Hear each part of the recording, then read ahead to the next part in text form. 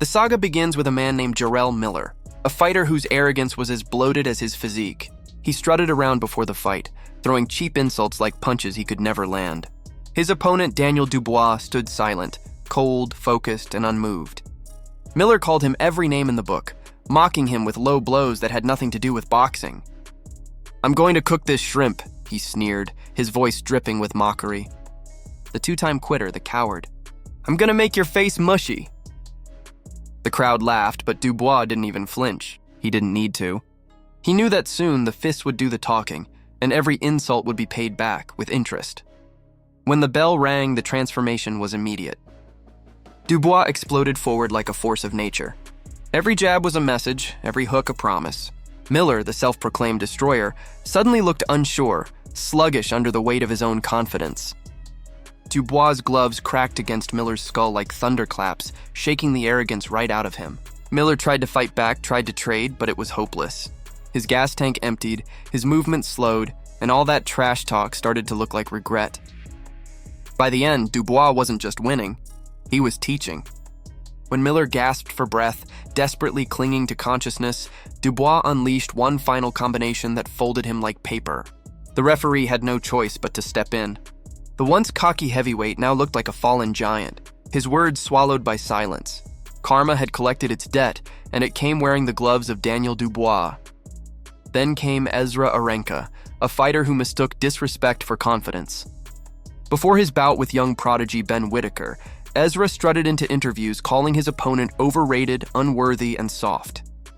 "I don't respect him," he said. "I'm not scared of him. I'm going to knock him out."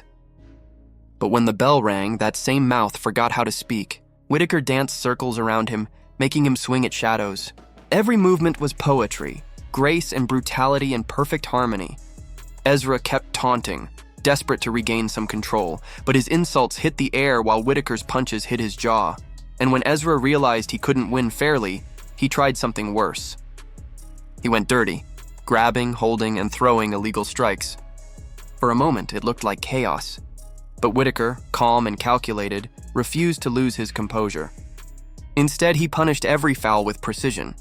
He weaved under hooks and countered with lightning jabs that snapped Ezra's head back like a rag doll. When the final bell rang, Ezra's bravado had melted into exhaustion and defeat. Whitaker didn't just win, he dismantled him. The cocky scumbag had been silenced the only way karma knows how, through the humiliation of a beating too clean to deny. Then came one of the most brutal tales of retribution, the story of Muhammad Habati, the so-called Persian lion. Known for his dirty fighting and wild ego, Habati carried himself like a villain straight out of a bad movie. But his karma came in the form of a real monster, former UFC fighter Diego Brandão. When the two faced off, Habati's arrogance filled the cage like smoke. He taunted, shoved, and even threw illegal strikes in the opening exchanges, thinking he could bully his way to victory. But Brandão wasn't there to box. He was there to punish. From the first punch, Brandão made his intentions clear.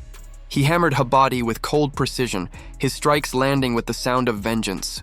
The Persian lion was reduced to a desperate cub, flailing helplessly as Brandão cornered him. With every hit, Brandão erased another ounce of Habati's confidence. When the final sequence came, it was pure destruction, a merciless storm of fists that left Habati crumpled, gasping, and broken. The referee had no choice but to stop the fight. The once proud lion lay silent on the canvas, his roar replaced by the echo of his downfall. But karma wasn't done handing out receipts. In 2022, the boxing world witnessed one of the dirtiest acts ever seen in a professional ring.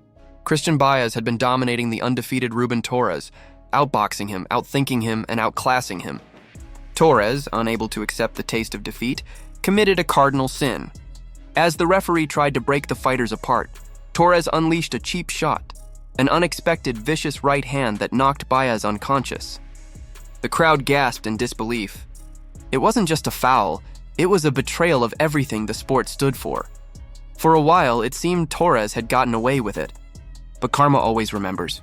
Not long after, he stepped into the ring against Eduardo Estela, a fighter with a chip on his shoulder and justice in his heart. Torres came out strong, using his size and power to control the early rounds. He looked confident again, maybe even smug. but Estella bided his time, studying every move, every flaw. And when the moment came, he unleashed fury. He pinned Torres against the ropes, ripping hooks into his ribs and head with brutal precision. One clean shot buckled Torres's legs, and the second sent him collapsing into the corner. The crowd erupted as the referee jumped in. Eduardo Estella had restored balance, and Ruben Torres finally paid for his sins. Then there was Carl Frampton, the quiet storm from Belfast. When he faced Chris Avalos in 2015, it was supposed to be just another title defense. But Avalos turned the pre-fight pressers into a circus, mocking Frampton, belittling him, and throwing verbal jabs meant to rattle the calm Irishman. But Frampton didn't need to respond. His eyes said everything. When the bell rang, he turned his silence into violence. Avalos came forward recklessly, throwing wild combinations, but Frampton's counters were surgical.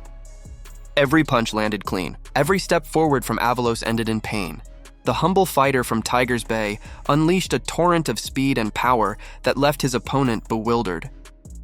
The crowd could sense it, the rhythm of destruction. By the fifth round, Avalos' swagger was gone, replaced by desperation. His arms drooped, his footwork stumbled, and his punches became cries for help. Frampton finished the job with a brutal series of hooks that forced the referee to step in. Avalos was done, his arrogance beaten out of him, his mouth silenced by fists of truth. These stories, each one brutal and poetic, remind us that in combat sports, justice doesn't always wear a robe or hold a gavel. Sometimes it wears gloves. Every insult, every cheap trick, every moment of disrespect eventually circles back. In the ring, karma doesn't whisper, it roars. It humbles the arrogant, redeems the righteous, and restores balance in a world built on chaos and pain. For every filthy rat that crawls into the ring with dirty tactics, there's always a lion of justice waiting to strike back, and maybe that's why we keep watching. Because deep down, the fight isn't just about who's stronger or faster, it's about who's right. It's about watching pride meet punishment, ego meet endurance, and seeing fate step into the ring with gloves on. So tell me, what do you think? Do these fighters get what they deserve when they cross the line, or is the punishment sometimes too much?